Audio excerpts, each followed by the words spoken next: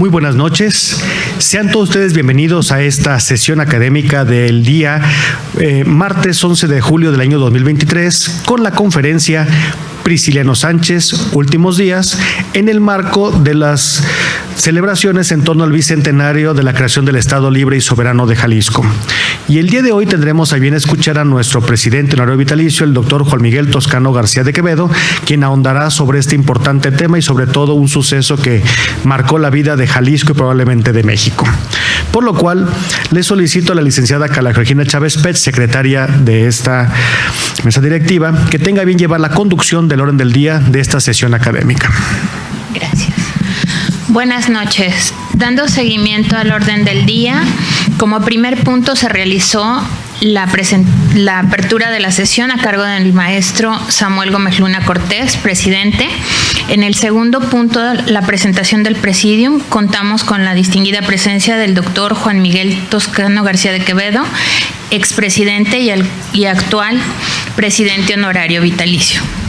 Presidiendo esta sesión académica, el maestro Samuel Gómez Luna Cortés, y la de la voz, licenciada Carla Georgina Chávez Pech, secretaria general. Como tercer punto, tendremos la participación de nuestro conferencista. Por favor, doctor Toscano, adelante.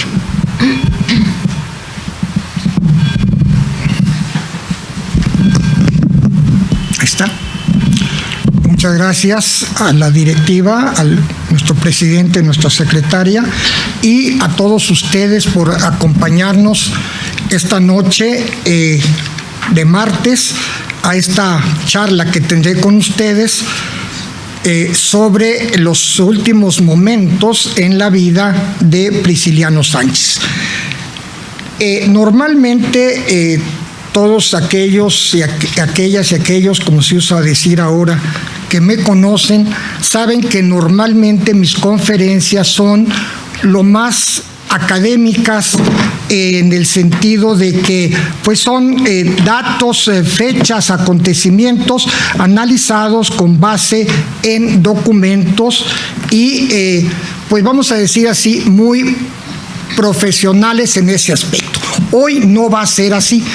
Resulta que hace algunos años, platicando con el queridísimo amigo Enrique, y el maestro Enrique Ibarra, nuestro secretario general de gobierno, platicábamos sobre temas de Palacio de Gobierno y él me proponía que por qué no escribía alguna serie de pues una recopilación de acontecimientos, de personajes que vivieron en Palacio de Gobierno y que no solamente una muy buena biografía, como escuchamos hace un mes aquí a través del maestro Adalberto Ortega, que nos habló de Prisciliano Sánchez, y yo pues desde luego ni le voy a enmendar la plana, ni mucho menos, simplemente voy a cerrar el ciclo de la vida de Prisciliano Sánchez. Entonces me puse a investigar aquellos personajes relevantes, aunque políticamente pues todos son relevantes, pero que vivieron en Palacio, es decir, que habitaron en Palacio de Gobierno y que llevaron parte de su vida al interior de estos muros, de estos edificios. Y entonces fui preparando una serie de capítulos de un libro que pronto veremos, esperamos, a la luz, donde les comento, empiezo con la época de José de la Cruz, es decir, desde 1821, cuando llega a vivir a Palacio, todo lo que le pasa al pobre allí en Palacio, y digo pobre porque ya lo verán, cómo lo matrimoniaron pues a fuerzas, el señor Cabañas, y platico eso y platico otras cosas más de José de la Cruz hasta su salida en 1821 de Palacio de Gobierno. Posteriormente me enfoqué en Prisciliano Sánchez como el primer gobernador de Jalisco, pero el que habitó en Palacio desde que nadie se había habitado en Palacio, desde que se había ido José de la Cruz. Palacio había quedado prácticamente desierto, porque acuérdense que Palacio de Gobierno, la parte delantera, es decir, la que da a la calle de Corona, eran las oficinas y los salones públicos de Palacio, es decir, la oficina del gobernador, los salones de recepciones, etcétera. La parte de atrás, es decir, donde termina el patio principal, en la parte superior estaban las habitaciones privadas de los gobernadores que vivían en Palacio. Cuando se va José de la Cruz, aquello se queda vacío, y el que vuelve a usar una parte de Palacio es Prisciliano Sánchez. Después hablaré también, eso no lo he terminado, sobre la estancia de Hidalgo que llegó a usar Palacio de Gobierno. No tenemos la certeza de que haya vivido en Palacio, porque se decía, por lo que he investigado, que vivía en un mesón sobre la calle de Pedro Moreno, a 1,5 cuadras de Palacio, pero también hay momentos en que sí está habitando Palacio. Estamos trabajando eso.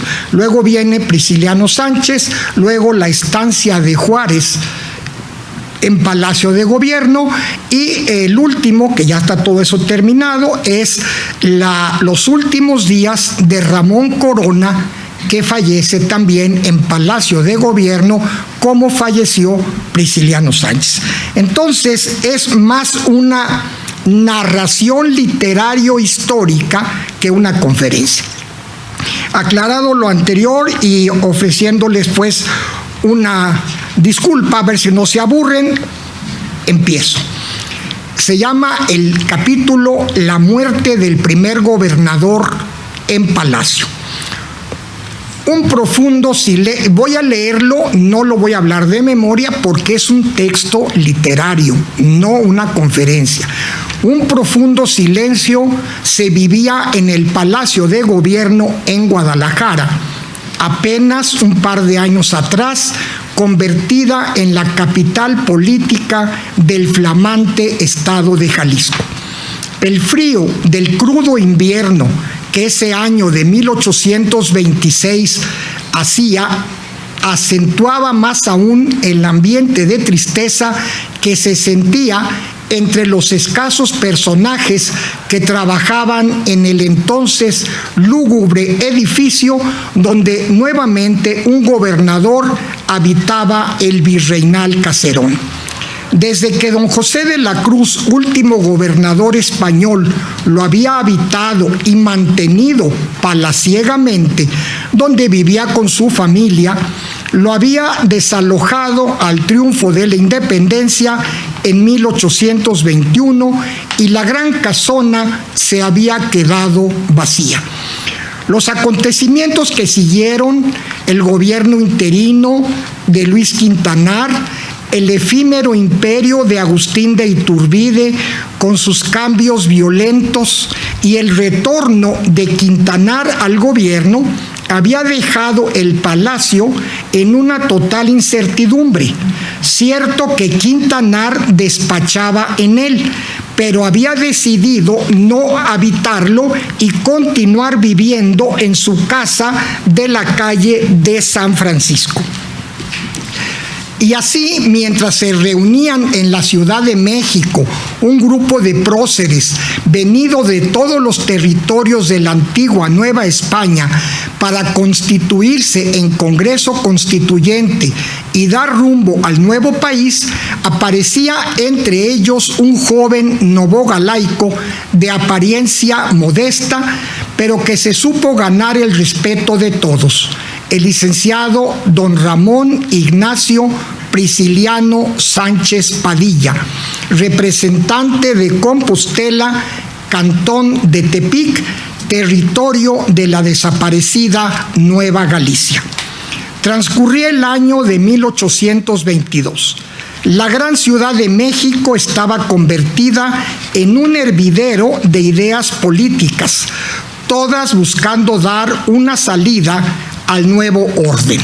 monárquicos discutían acaloradamente con republicanos, estos con los demócratas centralistas, y de repente, en aquel aparente caos, el general Iturbide, apoyado por un grupo de tropas, dio un golpe de Estado y declaró la existencia de un imperio por él encabezado. Y así, los delegados integraron un congreso para darse nuevas leyes y rumbo al flamante imperio. Prisciliano está entre ellos y aunque respeta al consumador Iturbide, no comulga con su pretensión imperial. Él quiere un México libre, nuevo, republicano. Luego se vino la debacle, el imperio fue rechazado, el emperador reaccionó disolviendo el Congreso, persiguiendo a aquellos que se consideraban descontentos o enemigos, y así Prisciliano se refugió en su modesta casa y esperó a que los acontecimientos ocurrieran. Para esas fechas ya se había distinguido por sus escritos, sus proyectos legislativos y su clara y contundente oratoria. El pueblerino de Compostela tenía ya el respeto de sus pares, los diputados lo escuchaban. Estas remembranzas pasaban por su mente, estoy hablando de Prisciliano, mientras se refugiaba del frío en su modesta habitación del Palacio de Guadalajara, ahora convertido en su morada, pues era el primer gobernador constitucional de Jalisco y había decidido habitarlo. Hacía días que el noble gobernante padecía, como ya otras veces, de una infección en las manos, luego de cortarse de mala manera un padrastro de uno de los dedos de su mano derecha. Pero este se había infectado de más, formando, según decían sus ayudantes, un uñero, términos que se usaban en Guadalajara en esta época, que estaba inflamado y aunque le molestaba y le causaba dolor, no le hacía caso, pues no era la primera vez y además había mucho trabajo por hacer, planear, preparar leyes, bandos y decretos que requería el gobierno del extenso territorio de Jalisco. Les recuerdo que para esta época Jalisco todavía tenía dentro de sus territorios el actual estado de Nayarit. Todos los días pasaba de sus habitaciones a su despacho para seguir conduciendo al estado. Debo decirles, para los que conozcan Palacio, que el despacho se encontraba, el despacho de José de la Cruz, que es el que había usado Quintanar y el que había usado Prisciliano, se encontraba muy cercano al Torreón Sur, es decir, al que da a la calle de Pedro Moreno, esquina con Corona, no propiamente en el Torreón, sino en esa área. Y lo sabemos porque cuando lean ustedes el libro van a ver cómo José de la Cruz, que allí tenía su oficina o su despacho, ya verán los acontecimientos de José de la Cruz. Prisciliano vivía subiendo a Palacio, toman ustedes al salir de la escalera hacia la mano derecha, es decir, hacia donde está hoy Secretaría General de Gobierno, y terminando lo que es el recinto del ex Congreso, que en aquella época era la capilla del Palacio, enfrentito hay ahora es una oficina larga, allí estaban las habitaciones que ocupó Prisciliano Sánchez. Mientras caminaba por el corredor superior del Palacio, recordó sonriendo su proyecto del Pacto Federal de Anáhuac, que había redactado para servir de apoyo a la primera Constitución de México, y cómo sus compañeros lo habían felicitado, pues en opinión de muchos el documento había sido el empujón para la Constitución. Paladín de la libertad le habían llamado, y luego, como se regresó a Jalisco para ser también partícipe en la creación de la Constitución del Estado y gracias a su experiencia federal, lo hicieron presidente del Congreso Constituyente de Jalisco, y de esto recordaba Prisciliano hacía ya 2 años. Finalmente entró a su oficina, modesta pero digna, y allí vio colgado sobre el muro el bando que lo elegía como gobernador de Jalisco, fechado el 8 de enero de 1825. De inmediato se puso a revisar el manuscrito que había redactado para regular las elecciones municipales y defender su autonomía, acabando con los viejos caciques, restos del sistema virreinal. Redactó luego el borrador que suprimiría las alcabalas, los estancos y las garitas, aunque dudaba sobre la función de estas últimas, dejándolas solo como puestos de control de seguridad para la ciudad. Ese día le había molestado más la infección de la mano y decidió consultar al médico de Palacio. Se retiró temprano de su oficina y luego de comer frugalmente tomó una pequeña siesta, repasando el esquema de la división territorial que había aplicado al territorio, valga la redundancia, 8 cantones y 134 municipios, como nos comentó el licenciado Adalberto en su conferencia sobre Prisciliano Sánchez. Finalmente, Prisciliano se durmió y despertó al poco rato con fuertes punzadas en la mano. Mandó por el médico, quien luego de revisarlo y meneando la cabeza, le comentó que la infección se había extendido a toda la mano. El caso no pintaba bien. Por la tarde, en su escritorio, repasó su nueva ley de instrucción pública, mediante la cual creaba 4 niveles de educación, desde la básica, y le quitaba a la Iglesia la facultad de impartirla. Esto va a causarme problemas con el alto clero, se dijo, pero debe hacerse. Dicho y hecho, el cabildo catedralicio protestó, pero la mediación del canónigo José Miguel Gordoa ayudó para que pudiese pasar.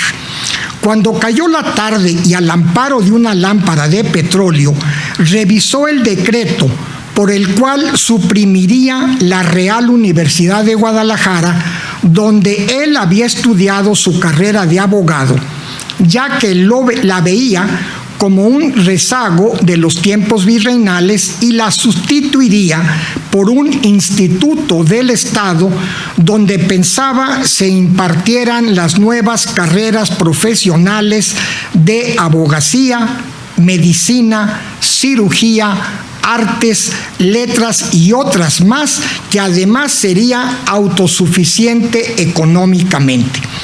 Esta última era una de las razones por las que quería desaparecer a la antigua Real Universidad, pues según había investigado, este centro de estudios costaba al erario público mucho dinero y su manutención se estaba convirtiendo en muy costosa para el Estado.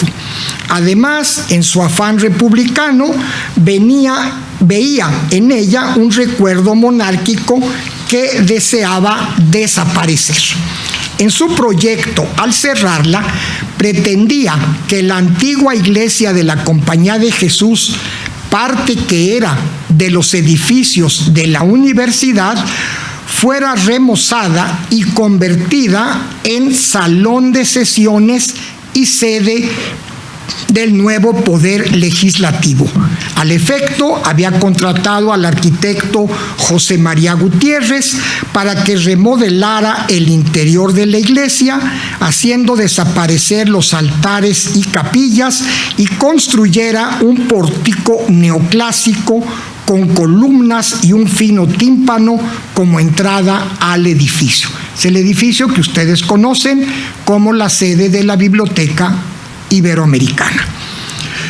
Don Prisciliano sabía que esto también le acarrearía muchas críticas y nuevos enemigos, pero siguió adelante, estando consciente que quizá no lo vería terminado, pues se había dado cuenta que su salud desmejoraba y su mano parecía más infectada cada vez.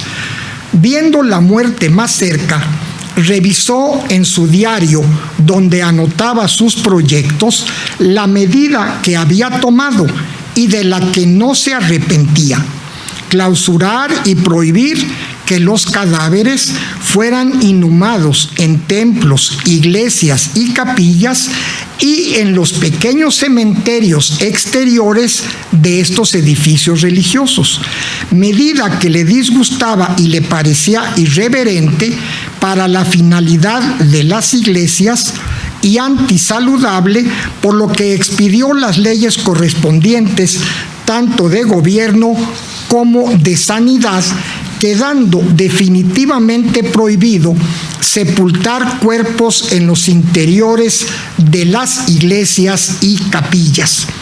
Luego ordenó la creación de cementerios extramuros de la ciudad y pensaba: me van a tachar de hereje, pensó para sus adentros, pero así debe ser. Ya expondré mis razones religiosas y de salud, se dijo. Al día siguiente, 25 de diciembre, le costó trabajo levantarse y el médico le comentó que no había ya nada que hacer. La infección había invadido el brazo y envenenado su sangre. Por primera vez, Prisciliano se sintió solo. Y aunque la soledad era parte de su vida, lo reflexionó. Ese día, que no era laborable, llenó su cabeza de recuerdos. Sabía que su muerte era inminente y se acordó de Guadalupe Durán, aquella niña de Compostela con quien se había casado cuando era solo un joven funcionario de aquel poblado. Guadalupe había muerto muy joven, dejándolo a punto de viajar a la Ciudad de México para participar en el Congreso Constituyente, por lo que volvió a tomar estado años después, ya en Guadalajara, contrayendo matrimonio con doña Guadalupe Cosío. Se ve que le gustaban mucho los Guadalupes, que muriera también al poco tiempo sin tener descendencia en los últimos días de 1824. Se acordó de su primer hogar en Aguacatlán, donde había nacido, de su madre doña Mariana. De ella solo conservaba un vago recuerdo, pues había muerto cuando él solo contaba 6 años. Además, no lo habían dejado estar con ella por haber muerto de viruela. De su padre, don Juan María, con quien había crecido corriendo por la tienda que poseían, sentía un gran respeto por él, pues lo había educado con apego al trabajo, lo había enseñado a leer y escribir y un poco de aritmética, allí en la tienda. Recordó la muerte de su padre cuando tenía solo 9 años. Todo esto ya borroso y poco pensaba en ello.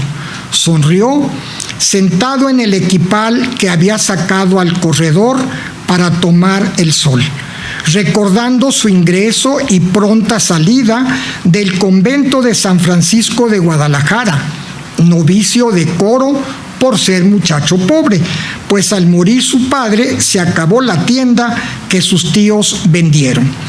Pero algo había aprendido ahí y en el convento de Aguacatlán, donde se había iniciado, gozando de la soledad que le permitía pensar. Su estancia en el seminario de San José para poder estudiar, recordaba los éxitos y reconocimientos, el apoyo de los padres Huerta, 2 hermanos que lo habían alentado hasta terminar en la Real Universidad como bachiller en leyes, esa misma que ya había suprimido. su huida a Chacala primero y luego a Compostela para refugiarse en el anonimato a fin de perderse por andar metido de insurgente luego de que el señor Hidalgo llegara a Guadalajara. Allá, en Compostela, pudo leer en paz y dedicar tiempo a la filosofía que tanto le apasionaba, a aquellos libros prohibidos que aún conservaba en su pequeña biblioteca que estaba en sus habitaciones, Montesquieu, Campomanes y algunos otros que podía conseguir. Compostela, ahí donde se recuperó, se hizo a sí mismo y llegó a ocupar cargos públicos. Pronto regresó a la realidad. La inesperada visita del médico lo angustió. No había remedio para sus dolencias. Esta había invadido ya todo el brazo. Se dio cuenta que no había opción.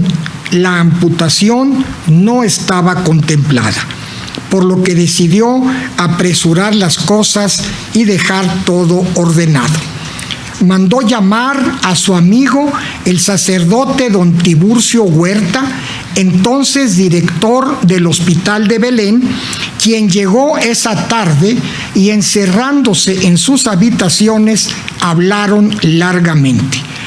Prisciliano quería dejar todos sus asuntos en orden, los del cuerpo, los de su cargo y los del alma, pues a pesar de ser tachado de hereje, era un profundo creyente. Luego que el sacerdote se fue, Prisciliano se sintió descansado del alma y del cuerpo y regresó a sus reflexiones.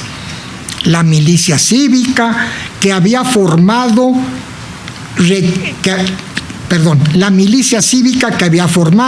requería de ajustes que tenía que comentar con don Juan Nepomuceno Cumplido, que sabía sería quien asumiría la gubernatura a su fallecimiento. Así, pensaba Prisciliano, serían ellos, se está refiriendo a la milicia cívica, y no el poco fiable ejército quienes pondrían paz en el Estado. Igualmente le encargaría continuar con su proyecto moralizador en las cárceles y buscar que los tribunales fueran honestos, confiables, eligiendo como juzgadores a hombres rectos y de fama pública. Pendiente quedaba la terminación de los arreglos de los puertos de San Blas, que había quedado devastado con las últimas revoluciones, y aunque lo había mandado arreglar, aún faltaba mucho. Y lo mismo para restaurar el fondeadero de Barra de la Navidad. Creía que Jalisco requería de ambos puertos para su importante expansión comercial con el lejano oriente, a fin de seguir recibiendo los galeones de Manila y de la Alta California. Mucho le preocupaba revisar la obra que había estado escribiendo y que tituló Economía interesante para la nación mexicana. Y aunque recién se había publicado, quería ajustar algunos párrafos. Prisciliano le había encomendado encarecidamente a su sucesor, don Juan N. Cumplido, cuidar el sistema federalista que él defendía como la mejor forma de gobierno. Especial hincapié había hecho para que no desapareciera frente a los embates de los centralistas de México y los que había encontrado en Guadalajara. El federalismo era una de sus creaciones, tanto en la Constitución Nacional como en la de Jalisco. Este tema, que tanto insistía a sus amigos, era una de sus grandes preocupaciones. Según los textos de sus amigos, era un tema recurrente en sus conversaciones. Prisciliano llamó a José, uno de sus auxiliares, y le pidió que mandara a un propio para avisar a sus familiares en Aguacatlán y Compostela, a fin que vinieran a despedirse, sobre todo a su tía Rosalía y a su hermano Patricio. Llegaron con tiempo para despedirse el 28 de diciembre.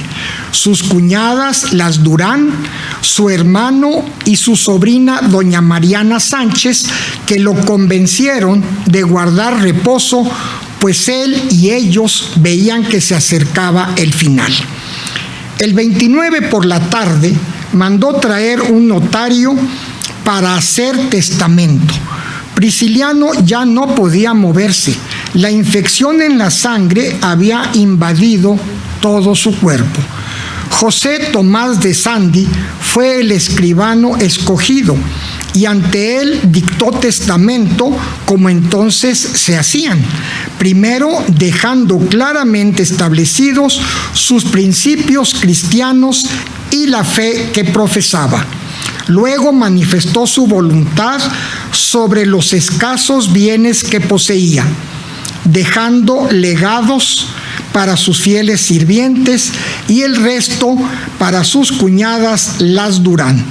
Y otros legados, el testamento ahí está, a su hermano y a su sobrina, y finalmente ordenó sobre su enterramiento, que debería ser sepultado, revestido con el hábito de San Francisco, en un cajón de simple madera y enterrado al pie de un árbol en el Panteón de Belén, que estaba anexo a la iglesia del mismo nombre, allá junto al hospital de Fray Antonio Alcalde.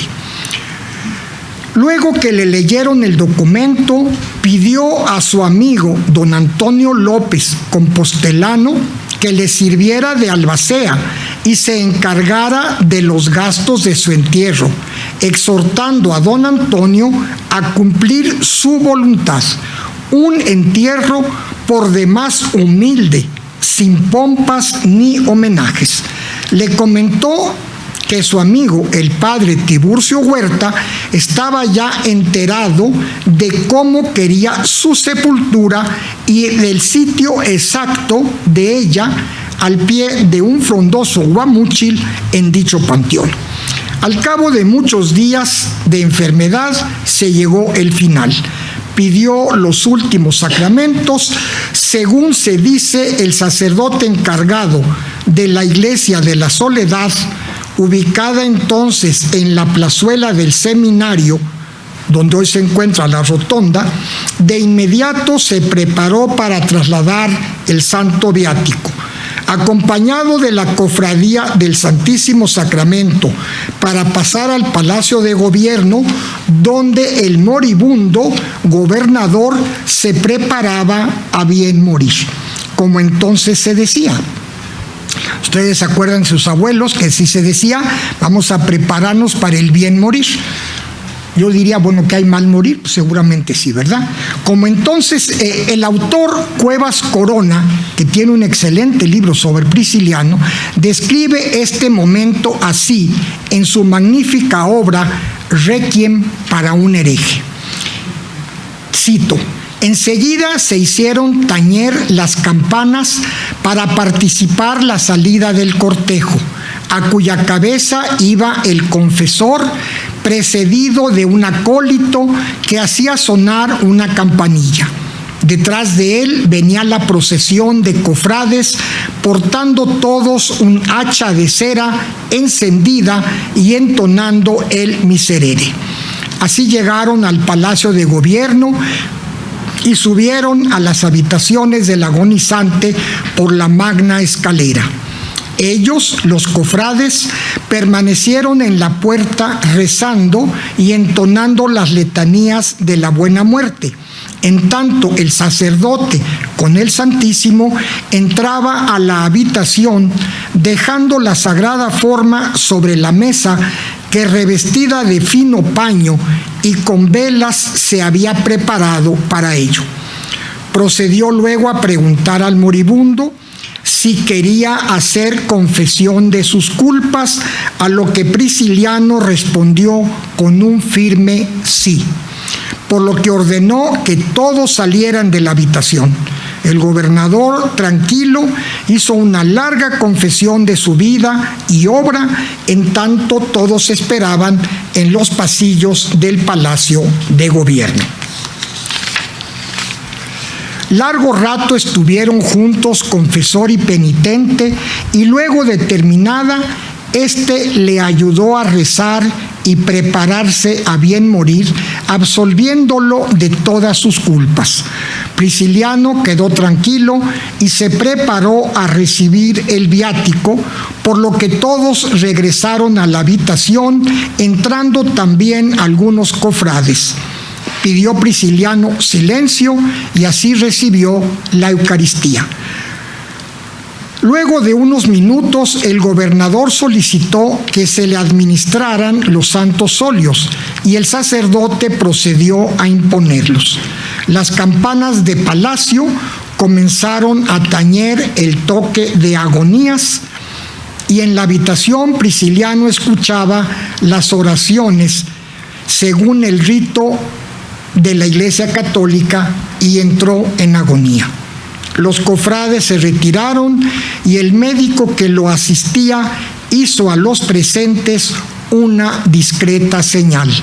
Prisciliano se estaba muriendo. Finalmente le colocaron entre sus manos un crucifijo, a su lado encendida la candela para la buena muerte que alumbraba por toda luz la habitación. Cerca de las 8:30 de la noche expiró pacíficamente. Era el 30 de diciembre de 1826. Aquel hombre justo y generoso entraba a la historia dejando el mundo de las formas. Ahora las campanas de palacio y las de catedral empezaron a tañer a duelo. Sus amigos cercanos y familiares permanecieron acompañando el cuerpo hasta pasada la medianoche, en que se mandó llamar al peluquero José María Lizaola, a quien se le pidió le compusiera el pelo y le afeitara la crecida barba.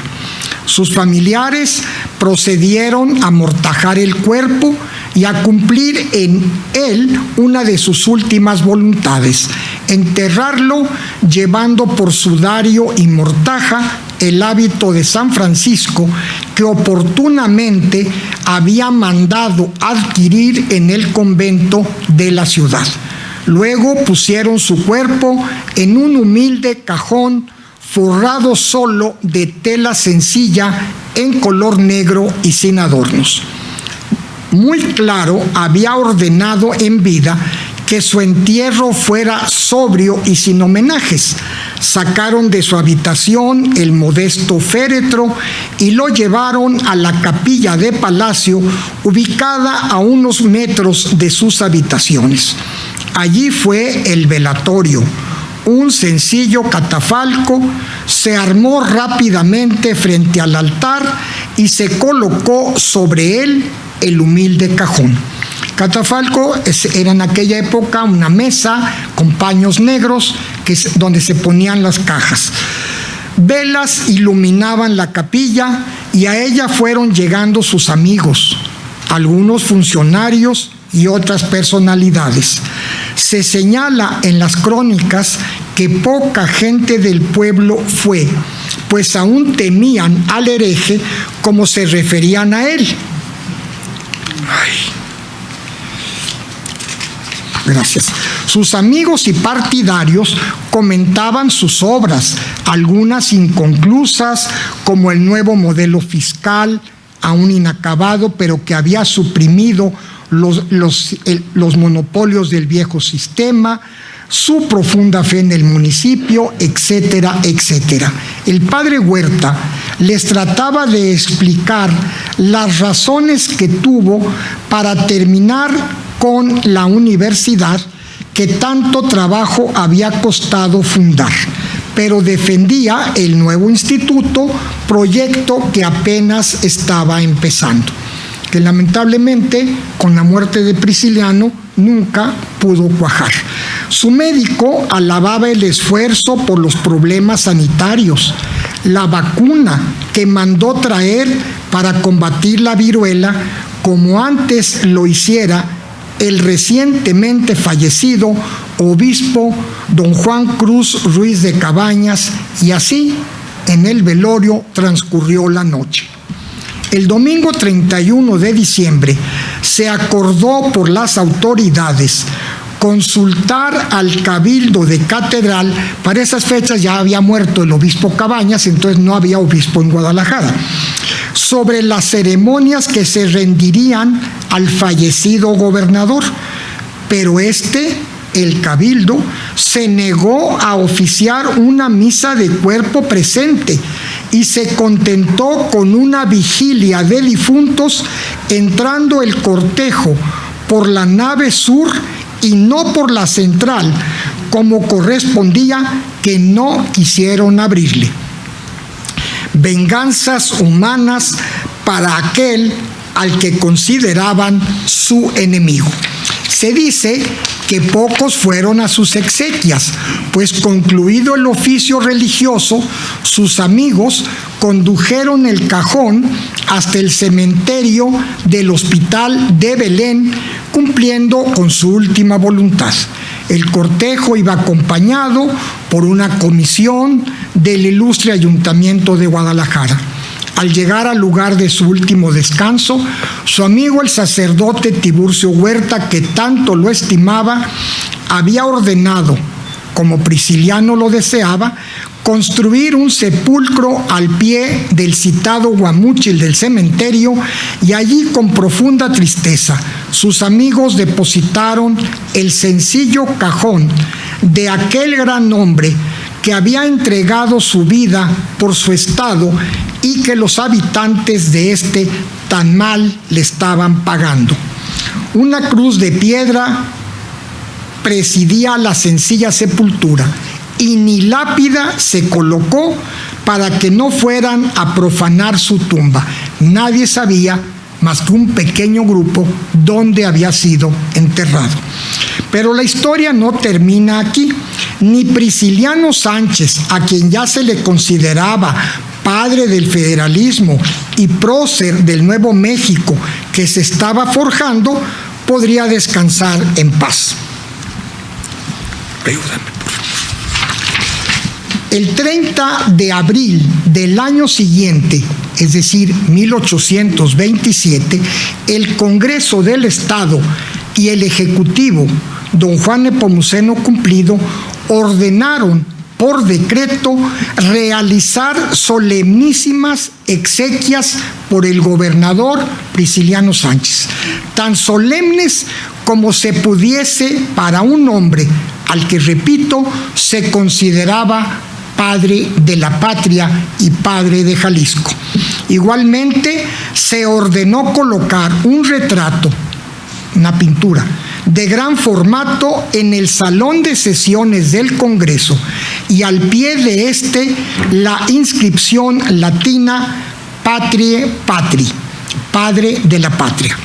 Comentemos los azares de los restos de don Prisciliano.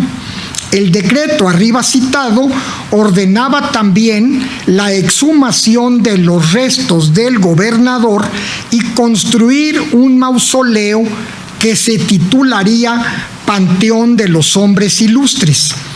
Se cumplió el decreto, ordenándose, entre otras disposiciones, 9 días de luto estatal, celebración de honras fúnebres en la iglesia de Nuestra Señora de las Mercedes, frontera al Palacio Episcopal, hoy Palacio Municipal, mismas que quedaron a cargo del predicador mercedario Fray Francisco Antonio Gallardo y Cosío, quien valientemente calificó a Prisciliano Sánchez en su sermón de héroe y hombre entregado al servicio de los demás. Luego se decidió la exhumación de los restos, y como aún no se construía el citado mausoleo, se ordenó trasladar el cuerpo y sepultarlo en el piso de la capilla de Palacio de Gobierno, como a la sazón se llevó a cabo. El traslado de la urna funeraria de don Prisciliano desde el Panteón de Belén hasta Palacio fue acompañado de grandes manifestaciones de aprecio, monumentos a lo largo del camino que recorrería el cortejo hasta su destino final, Palacio. La carroza que al efecto se preparó estaba ambientada con alegorías de la libertad, la diosa Minerva, la diosa América, todas con rasgos de tristeza. 6 caballos negros tiraban del carruaje. Al llegar a Palacio y colocada la urna en su sitio final del pavimento de la capilla de este edificio, el ilustre don Pedro Tamés pronunció un discurso y finalmente terminó el acto. Prisciliano regresaba a su querido Palacio de Gobierno, donde tan solo poco más de un año antes había expirado. Lamentablemente, la historia no fue justa con él, pues en 1834, cuando el Partido Centralista llegó al poder, una turba popular azuzada por estos decidió profanar el sepulcro de Prisciliano que se encontraba en Palacio de Gobierno. Afortunadamente, a tiempo, los restos de Prisciliano fueron exhumados y regresados nuevamente al cementerio de Belén, donde fueron reinhumados en secreto. Pasarían 12 años para que nuevamente se quisiera rendir un justo homenaje a la memoria de este hombre, padre de Jalisco y padre de la patria. Y finalmente, después de muchas peripecias, los restos de Prisciliano Sánchez fueron colocados en una modesta tumba en la iglesia de la Merced de Guadalajara, donde aún se encuentran, desconociéndose con certeza el sitio exacto donde sus cenizas reposan. Hago un paréntesis, ya porque estoy a punto de terminar. Debo decirles que la familia, lo que quedaba de los familiares de Prisciliano, se encargaron de esta última parte. Nadie supo, porque fue enterrado en la noche, en qué sitio exacto del entonces muy grande iglesia y convento de la Merced fueron sepultados. Allí están todavía, pues para adornarme, porque es pura soberbia, Nosotros sabemos, porque así se ha transmitido de generación en generación, el sitio exacto donde están, pero no tenemos la facultad de decirlo, ni aún en el caso de que se quisieran exhumar. No es el único caso que tenemos así. El caso tenemos, por ejemplo, de la cabeza de Pedro Moreno, que sabemos que está en Lagos, en una iglesia de Lagos, pero no se comenta en qué sitio se encuentra, y así sucesivamente con algunos preclaros hombres de nuestra historia. ¿Cómo somos de injustos los demás?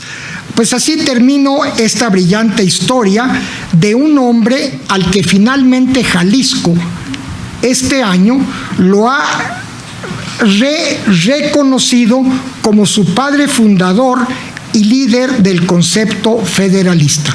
Jalisco está cumpliendo 200 años. En junio de este año pasado, cuando escuchamos la conferencia del licenciado Adalberto y de otros compañeros de esta institución, está cumpliendo 200 años de ser el fundador, el primer estado de toda la República que fundó el federalismo y al que todos siguieron posteriormente. Muchas gracias.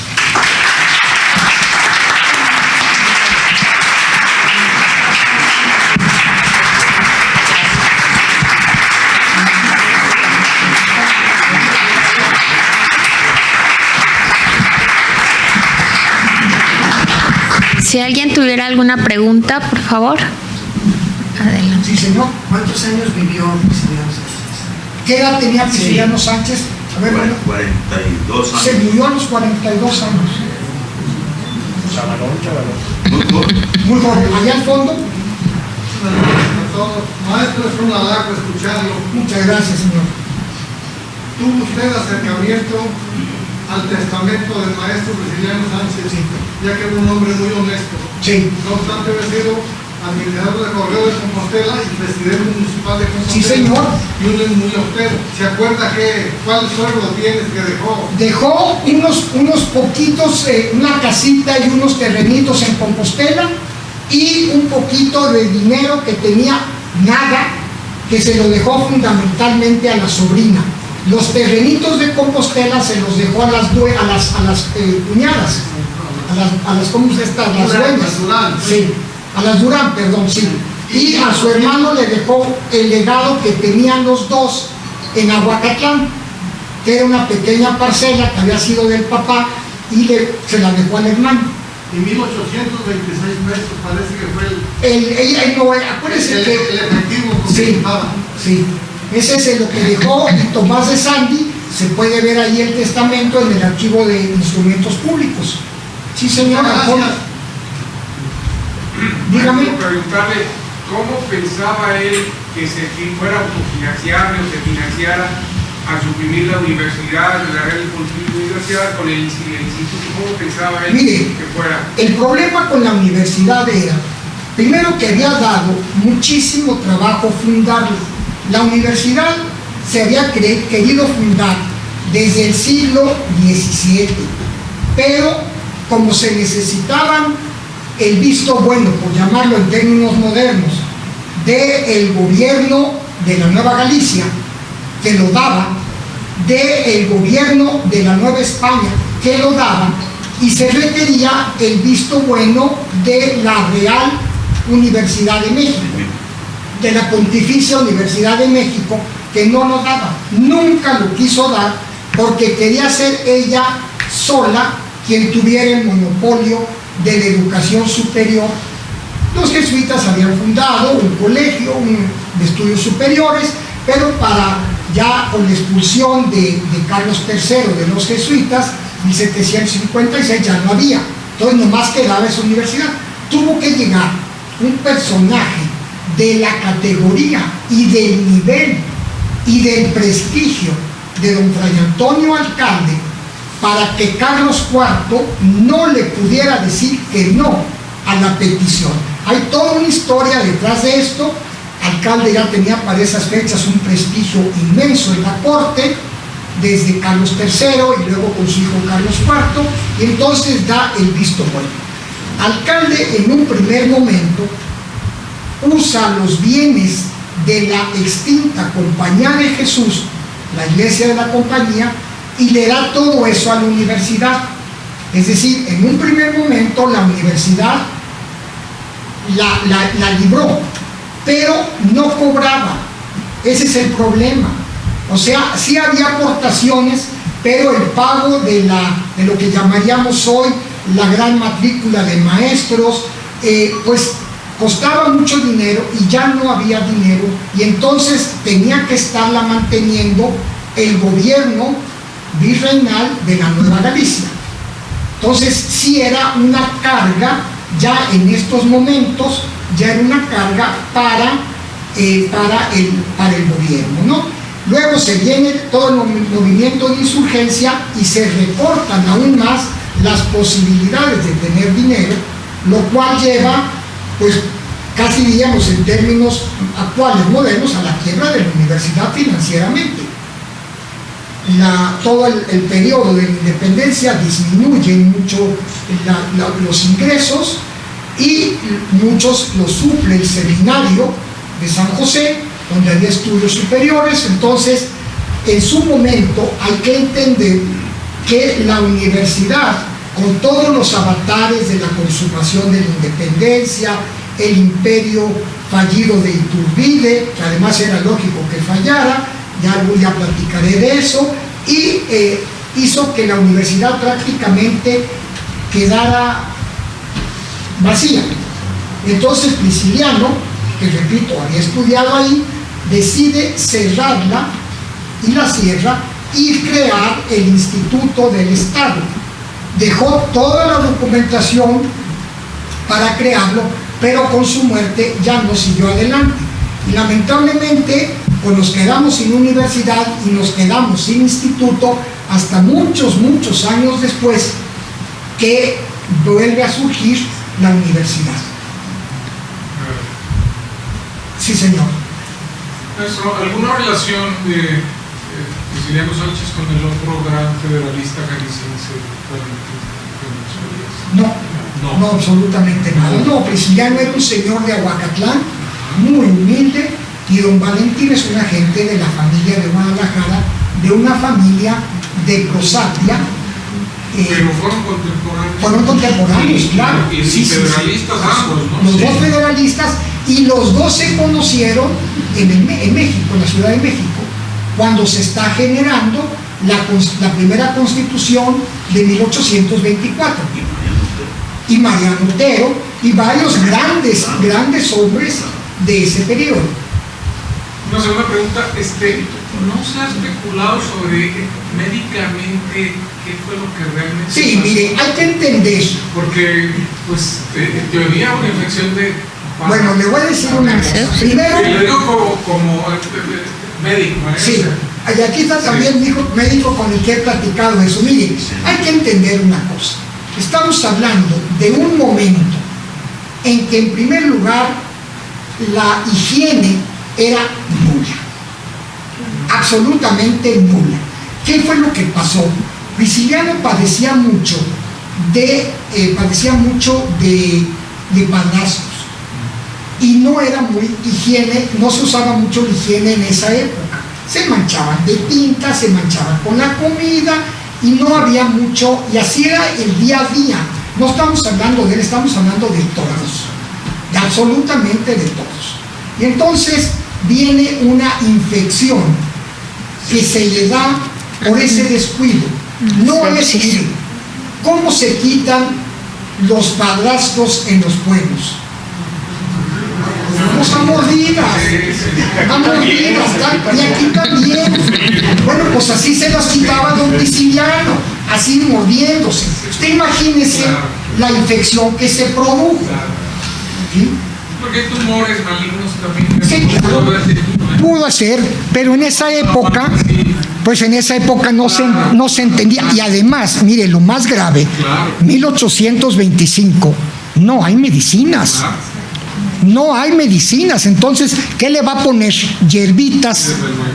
Mire, si casi 70 años después de la muerte de Prisciliano, en el asesinato de Ramón Corona, cuando a Ramón Corona lo llevan ya herido y se lo llevan a Palacio, se lo platico porque es una plática que yo escuché de mis abuelos y apuñalado, ¿verdad? Sí, apuñalado. Bueno.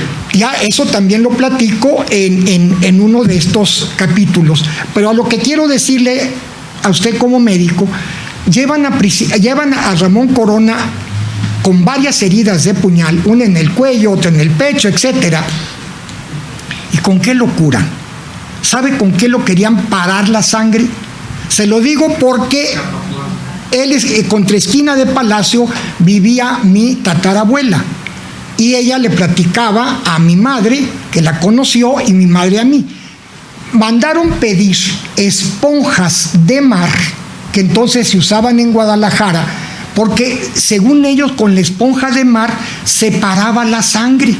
Entonces mandaron pedir a la casa de mi familia esponjas de mar para parar la sangre, pues no podían hacer nada.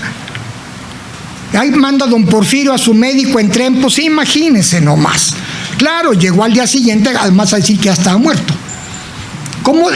Hay que entender la época, las circunstancias, y ustedes como médicos comprendan cómo se vivía en aquella época. Gracias. Mire, las calles eran de tierra, unas cuantas empedradas, porque Cabañas se había encargado de empedrar 3 o 4 calles del centro de Guadalajara, era uno de las... ¿Perdón? Modernizar. Sí, no había más que luz de faroles, no había medicinas, los emplastos. A ver, ¿cómo quisieron curar a Benito Juárez del infarto que le dio en Palacio? Le pusieron un ladrillo caliente, envuelto en paños calientes y en el pecho. Pues claro que lo quemaron. Pues imagínense, esa era la cura para el infarto. Pues sí, señor. Mi padrino de bautizo, que murió a los 16 años, porque él me bautizó cuando yo tenía 14, yo tengo ahorita 87, entonces en 1939, más o menos, 38, él murió también de lo mismo, de septicemia, Sí. o sea, de infección. De infección, claro. Que no había penicilina. No. La penicilina vino después, unos cuantos años después. No, la penicilina llega a Guadalajara después de la Segunda Guerra Mundial. Por eso. Sí, sí, tienes razón. Una guerra mundial se Sí. descubrió, digo, en ese sentido. Sí, Por eso creo que, fíjense hasta cuándo también morían también de septicemia. ¿De septicemia? Septicemia, doctor, usted me va a corregir. Cáncer de De sangre, septicemia era envenenamiento de las... pues infecciones. Miren. Los negocios lo ocultaron inmediatamente después del balazo. No, bueno, no fue balazo, fue un cañonazo, medalla, y lo amputaron porque cayó dormido, porque lo durmieron, ¿eh? Porque si él no se hubiera dejado. Sí, él la sacó. Ahora fíjese una cosa que también es muy importante. No es lo mismo que se vaya de una metralla, un pedazo de brazo, a una infección que empieza a cundir por todo el cuerpo. ¿Sí? Fíjese, por ejemplo, de todos los datos que he investigado, desde que empieza el problema de Prisciliano hasta su fallecimiento, bueno, me voy a ir más atrás. Tengo en mi poder un diario manuscrito que iba por ahí, irse a la basura en un lugar, de don José de la Cruz, último gobernador virreinal, donde está hablando de tenía un hijo enfermo, etcétera. Yo nunca he encontrado que digan que ni siquiera para que el niño curar al niño lo fueran a limpiar o a bañar. Es decir, no había eso. Entonces a eso agréguele la cantidad de ¿qué digo? De mugre, de bacterias, de todo. Mire, una de las cosas que no se le ha reconocido a Prisciliano, yo aquí lo menciono, y que también es uno de los grandes méritos, tengo un trabajo por ahí sobre el señor Cabañas, para mí es un hombre grandioso, el haber traído la vacuna. Cabañas trajo la primera vacuna contra la viruela, y Prisciliano, años después, muchos años después, vuelve a traer la vacuna, porque la viruela estaba pegando fortísima. Vemos los registros médicos, las famosas epidemias, casi le puedo decir que eran el pan de todos los días. La penúltima gran epidemia que tuvimos en Guadalajara, la fiebre española, exactamente igual que la que tuvimos hace un par de años, que nos llega en 1919 y que se llevó a muchísima gente. Y esta vez ya lo vivimos, cómo se llevó a muchísimos, y eso que ya estamos con medicina. Imagínense en aquella época que no había nada. Así eran las circunstancias. Gracias. Muchas gracias.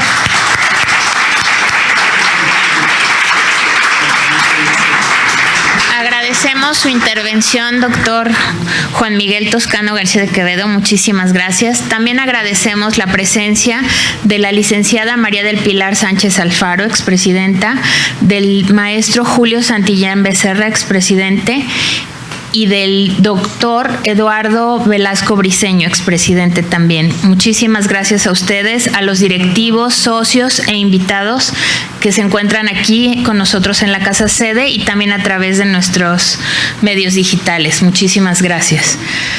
En este momento cedo el uso de la voz a nuestro presidente para que haga la entrega del reconocimiento correspondiente.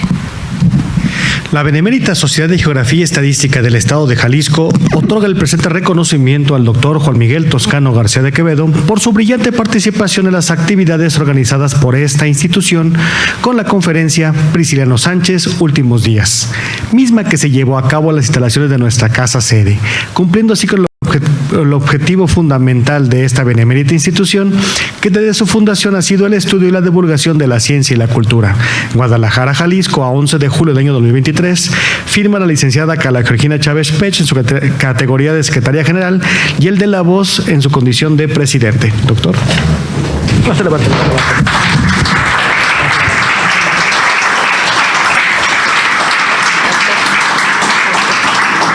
Ahí, no, por favor. Disculpen que no levante, pero ya no se puede.